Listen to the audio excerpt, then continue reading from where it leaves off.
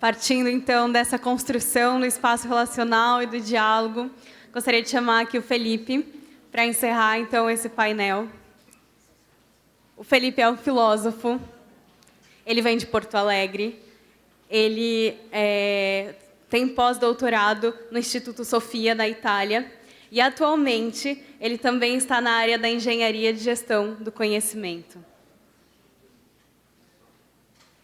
Só para dizer que o Felipe também traz uma contribuição para a praxis da teoria e da prática dessa realidade de interdisciplinariedade, de transdisciplinariedade na nossa sociedade. Então, acho que esse olhar da filosofia é muito importante para que a gente chegue na praxis disso. Muito obrigado. Eu vou solicitar que essas luzes aqui de cima sejam apagadas, para que a imagem... Isso, ficou melhor. Então, eu vou procurar respeitar o princípio básico da retórica, ser breve e agradarás. Se não agradou porque falou bem, agradou porque falou pouco. Não é? O primeiro aspecto que eu tenho aqui a comentar é sobre esse título. Manifestações das interferências e leituras transformadoras do convívio urbano. Eu tenho que fazer uma confissão aqui. Esse título não fui eu que formulei, e até agora eu não sei quem formulou esse título. Eu só sei que quando me convidaram, eu acabei aceitando, não é, esta fala, que veio com esse título, e eu, filosoficamente falando, não sei porque eu não questionei. Agora, pensando, essa gente que nos olha nos olhos, está sempre sorrindo para a gente, e nos escuta até o fim, eu fiquei sem falas, e quando eu vi, eu tinha aceitado. Então, eu respondo, agora eu vou ter que correr atrás da máquina e pensar o que significa, o que pode significar isso, que tipo de contribuição eu posso dar aqui. Muito bem. Vamos ver se eu sei utilizar isso aqui. Bom, foi isso? É isso aí. Então, a primeira ideia, eu fui procurar, então, do ponto de vista filosófico, se existe uma referência filosófica sobre a cidade, porque aqueles conceitos lá eram conceitos do cenário e do arcabouço técnico da arquitetura. Eu não venho aqui como arquiteto, então eu tenho que oferecer algo diferente. E no compêndio sobre filosofia da cidade, publicado com data de 2020, é fresquinho, uma frase me chamou a atenção. A cidade ressurgiu como uma forma política fundamental. Lembrei da velha polis grega, cidade-estado, não é? Mas cidade idealizada por Platão. Hoje a cidade não é mais idealizada, ela cresce organicamente por mais que a gente planeje, e hoje em dia a maior parte, não é, da nossa população está num processo de urbanização, a emergência das megacidades e um processo de globalização. Isso já por si só me chamou a atenção, e eu pensei então, bom, vamos começar por esses conceitos. Ali havia o conceito de interferência urbana, e eu fui procurar então e percebi que havia um conceito mais amplo, que era o conceito de intervenção urbana. É claro que quando se pensa em intervenção urbana, se pensa, talvez de um ponto de vista do arquiteto, como requalificar o ambiente urbano, público ou privado. Bom, mas isso significa chover no molhado. Não vim dizer isso aqui. Existem muitos motivos para requalificar esse ambiente urbano. Eu vim aqui trazer uma proposta diferente para vocês. Um ponto de partida. Qual é o meu lugar de fala? E isso é importante. O meu lugar de fala é a epistemologia.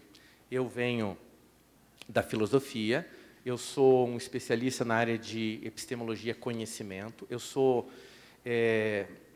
fixado sobre os bens epistêmicos, a natureza deles como conhecimento, entendimento e sabedoria. E, recentemente, eu tenho procurado desenvolver algumas habilidades do século XXI. Adaptabilidade e meta-aprendizagem. Aprender a aprender. Vocês viram, estou estudando novamente, fazendo um segundo doutorado na área de Engenharia e Gestão do Conhecimento, na Federal de Santa Catarina. E lá, então, o meu amor por esses bens epistêmicos me levou a considerar aquisição, retenção, compartilhamento e disseminação de conhecimento, de um ponto de vista prático. E aí, esse trajeto, essa é a minha narrativa, que vai levar adiante aqui. Portanto, eu cheguei aqui e formulei uma pergunta mais simples, e a minha ideia aqui, eu só tenho uma ideia, é o telos, o propósito, a causa final de tudo isso. Por que intervir no convívio urbano? Essa é a minha pergunta. Eu estou olhando lá para frente. Bom, respostas alternativas. Primeiro, assemelhar-se com as origens étnicas, culturais, etc. Origens, por causa do meu passado, estou olhando para o passado. Vou resgatar o passado. Segunda alternativa, aperfeiçoar as funções e relações sociais e institucionais. Vou, portanto, pensar no que é específico de cada relação e de cada função, em cada contexto. Ou, terceiro, qualificar o bem-estar e a felicidade na comunidade. Queremos proporcionar esses bens relacionais e individuais na comunidade. Ou quarto, maximizar o êxito e os bons resultados institucionais, porque, afinal de contas, a cidade não é só de pessoas, é de grupo, de comunidade, de instituições que se relacionam, e, por vezes, nós criticamos, não é, os resultados que essas instituições nos entregam. Quinto, proporcionar novas experiências sociais, culturais e políticas. Muito bem, senhores e senhoras arquitetos, engenheiros e demais profissionais engajados nessa chamada ao diálogo em arquitetura. Qual é o propósito de vocês? Vocês estão olhando para o futuro? Estão olhando para o passado? Estão olhando para o presente? Estão olhando para os resultados? Estão olhando para a felicidade? Qual é o real propósito das intervenções que vocês procuram fazer nessa realidade? Bom, eu tive contato com essa experiência que vocês também tiveram aqui, essa narrativa. E eu quero considerar, e ela me chamou a atenção de um modo singular. Ela se mostrou para mim, da minha perspectiva, como um outro modo de agir, diferente. É por isso que eu vim aqui hoje. Eu fui convidado e eu podia ter recusado, em vista de outros compromissos, mas essa experiência me chamou a atenção. Eu pensei comigo, ela valeu a minha reflexão. Quando eu escutei, eu sei que vocês não conseguem ler isso aqui, mas conseguem ver as cores. O que é laranja são as ações, os verdes são os projetos, o que é amarelo são a geração de bens epistêmicos, ideias, conhecimento, entendimentos. O que está em roxo são a disseminação do conhecimento desse grupo, os eventos. E o que está em rosa são as relações comunitárias, institucionais, políticas. Esse grupo conseguiu agregar relações, difundir a sua experiência, os seus conhecimentos, de uma maneira que me pareceu muito singular. E com base nesse mapa eu comecei a pensar, bom, mas quais são os aspectos epistêmicos e éticos dessa experiência?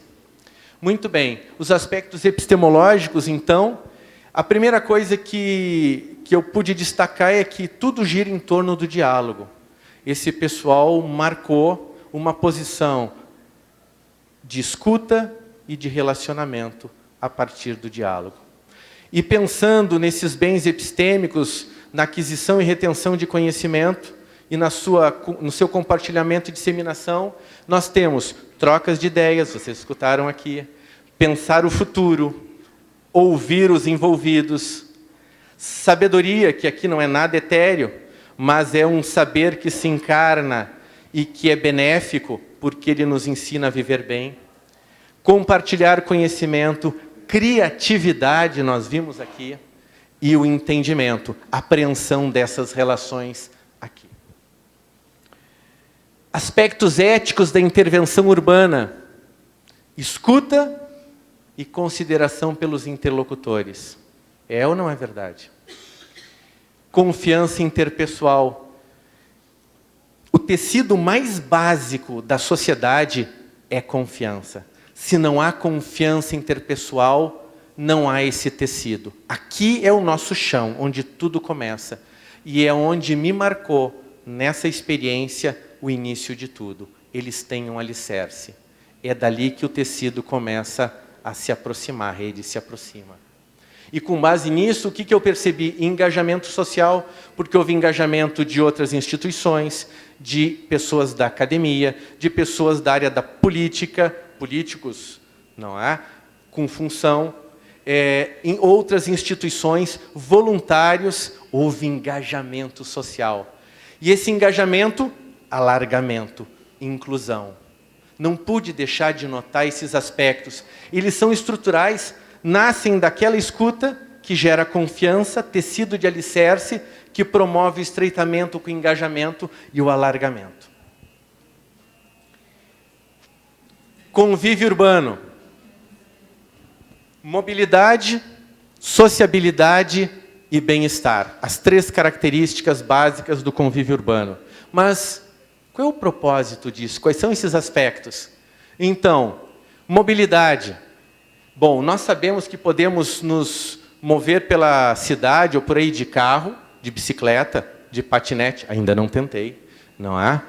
E que cada modalidade desta mobilidade nos permite aprender informações e novos conhecimentos.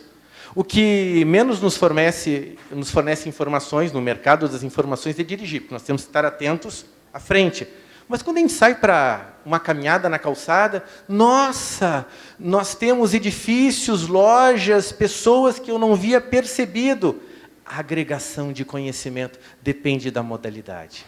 A nossa aquisição epistemológica de bens é tremenda e muda muito. Sociabilidade, a questão da deliberação coletiva, ou seja, não decidimos individualmente, mas juntos. E essa deliberação que nós fazemos juntos, ela é inclusiva. Foi isso que eu percebi a partir da experiência desse grupo. Um aspecto importante, porque nós podemos ter deliberações que são coletivas, que são exclusivas. Bem-estar, justiça epistêmica. O que significa isso? Significa que, porque esse grupo mostrou um valor importante, que é a escuta, ninguém fica calado. Os bens epistêmicos, conhecimento, entendimento e sabedoria da comunidade, dos políticos, das instituições, dos indivíduos, vêm à tona. E são compartilhados e apreendidos. É isso que significa. Quando há injustiça epistêmica, é porque há silêncio. Silêncio que foi gerado por constrangimento. E que essa inclusão desses bens não se realiza. Aspectos éticos da mobilidade e a confiança. Se a gente não confia, não sai de casa. Vocês já viram aqueles muros altos com grades? As pessoas não saem de casa se não confiam.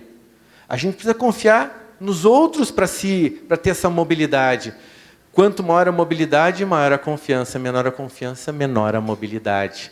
Sociabilidade. Quando a gente pensa em que tipo de sociedade nós queremos, pensamos nas gerações futuras. Se a gente não pensa nelas, nós somos capazes de fazer qualquer coisa. Podemos tudo, mas nem tudo é conveniente. Bem-estar. O bem-estar surge numa comunidade como esta, onde há intervenção, interferências, quando há um comprometimento conjunto. E isso foi uma coisa importante, desde lá do início dessa narrativa, como a Miriam pôde acentuar aqui. O que nós queremos quando a gente pensa no futuro, pensa no telos, no propósito? Nós queremos florescimento humano. Não queremos só eficiência, queremos florescimento, amadurecimento humano. Queremos mais do que conhecimento. Nós queremos sabedoria. Esse é um dos bens, conhecimento, entendimento e sabedoria. Nós podemos pensar na sabedoria individual. Conhecemos pessoas sábias. Como é que nós sabemos? Nós pedimos conselhos a elas. Sábios são bons conselheiros. Nós identificamos eles quando nós os procuramos para dar conselhos. Sabedoria comunitária. Quando a comunidade sabe fazer bem as suas escolhas e aprende como viver bem. São exemplos que nós conhecemos e que foram nos apresentados. E por último, talvez, uma pergunta importante que alguém nessa sala me fez aqui. a comunidade, ela não deveria ser o locus privilegiado da emergência da sabedoria? Não é isso que nós queremos? Uma comunidade que permita o florescimento humano? Pois é. Quando a gente pensa em sabedoria, nós pensamos em 3 fontes. Uma divina, como Agostinho, que havia a teoria da iluminação, Deus fora e Deus dentro. Nós pensamos na fonte cosmocêntrica do mundo. Os sábios eram alguém viajado, que conhecia muito. Sabedoria que vem de fora, do amplo e vasto conhecimento. Ou a fonte socrática, humana, antropocêntrica, dentro. Procurar essa sabedoria dentro, no conhecimento de quem nós somos como humanidade. Elas todas são fontes para nós. Cada um de nós reconheceu pelo menos uma fonte da sabedoria que procura. Pois é. E eu concluo a minha fala com essa pergunta e essa imagem. Que convívio urbano favorece o florescimento da sabedoria comunitária? Muito obrigado.